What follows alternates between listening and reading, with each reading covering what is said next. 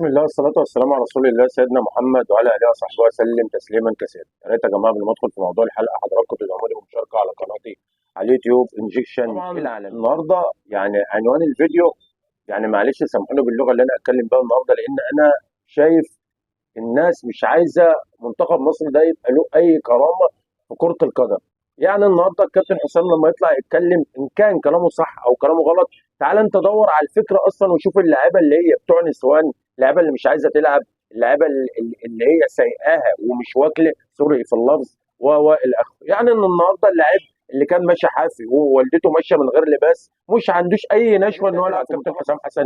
ما تعتبش على الكابتن حسام حسن، دور على اللعيبه ودور على الاخفاقات اللي اللعيبه بتعملها علشان ما يبقاش لها اي مجهود في اي ماتش وفي اي مباراه. كابتن حسام حسن بيدخل يتفرج او اي مدرب جه مسك منتخب مصر، ما ده للاسف كارلوس كروش قال لك اللعيبه مش عارفه اساسات الكوره. ليه بقى؟ لان اللاعب اصلا النهارده كان ماكسيمم بيحلم ب 20,000 30,000، النهارده بيبقى ب 5 مليون و10 مليون و20 مليون و30 مليون و50 مليون. بياكل في احسن مطاعم، بيلبس من احسن محلات وبيلبس ببلاش وبياكل ببلاش وبيشرب ببلاش وبيجيب احسن عربيه وبيسكن في احسن فيلا في احسن كومباوند في مصر، فما عندوش نشوه اصلا ان هو يبقى كويس. فالناس اساسا مش عايزه منتخب مصر يبقى كويس، دي الحقيقه.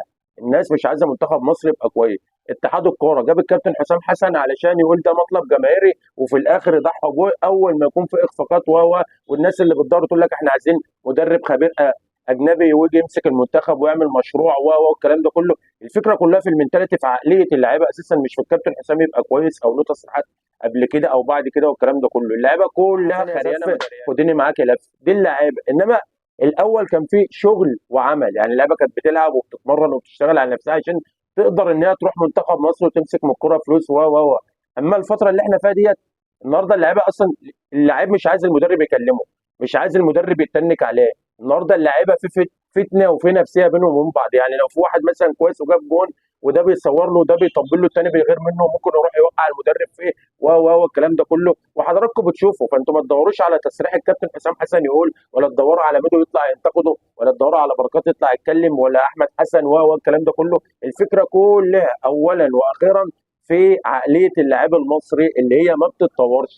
اللاعب اول ما امه بتلبس لباس محترم تيجي تتفرج، اول ما بتجيب اندر وير محترم تيجي تبص تلاقي الدنيا ماشيه زي الفل، ما عادش بقى لا عايز يلعب ولا عايز يتمرن ولا الكلام ده كله. في اللي انا بقول عليه يا ريت الكلام يتفهم بالنص وبالمعنى اللي انا عايز اوصله لحضراتكم، لان اللعيبه اصلا تعال دور في اي نادي في مصر هتلاقي اللعيبه مش عايزه تتمرن، اللعيبه بتتمارن، اللعيبه بتتكاسل. اللعيب لو له 3 تمرينات في الاسبوع بيجي تمرينه بس، والباقي مثلا بيشوف له واحده يمشي معاها يعزمها، مش يروح يشرب شيشه الله اعلم، يروح يزنقها في العشه الكلام ده كله. انما ككوره مفيش كوره، واحنا اللي بندفع الثمن. احنا محبين لكره القدم، ده الثمن اللي احنا بندفعه. ما بنشوفش اي حاجه محترمه تليق بينا احنا كناس او كمنتخب مصر، او ان احنا لنا رصيد في افريقيا 7 بطولات الكلام ده كله في الاجيال اللي فاتت. للاسف الشديد النهارده اللاعيبه عندها خزي وخزل في الكوره بطريقه انتوا ما تتخيلوهاش. كل لعيب النهارده نفسي اعرف هو ايه عايز يعمل ايه. مش عايز يعمل اي حاجه. اللاعب النهارده اول ما بيتعمل له عقد بمثلا 10 مليون 8 مليون 20 مليون 18 خلاص ما عادش هيدور بقى ان هو يروح منتخب مصر وان هو يشتغل على نفسه ويتعب ويسهر ويتمرن ويجيب راجل معد بدني يشتغل معاه بره النادي والكلام ده كله عشان خاطر يطور مستواه يقدر ان هو يروح منتخب مصر. الكلام ده ما عادش كتير قوي لهم في الكوره وما لهمش في الكوره. بيكرههم وبيحبهم وعندهم غل وسواد وحقد ونفسيه، مش عايزين المنتخب يبقى كويس. هي دي المشكله في اللاعب. هتجيب مدرب اجنبي، هتجيب خبير زومبي، هتجيب طنطم جملهم على الناصيه. هي المشكله كلها في المنتاليتي بتاعت اللعيبه المصريين. الناس مش عايزه الكابتن حسام حسن ينجح ولا عايزه فيتوريا ينجح ولا الكلام ده كله. يا ريت الموضوع يكون وصل لحضراتكم، واتمنى ان موضوع الحلقه يكون نال اعجاب حضراتكم.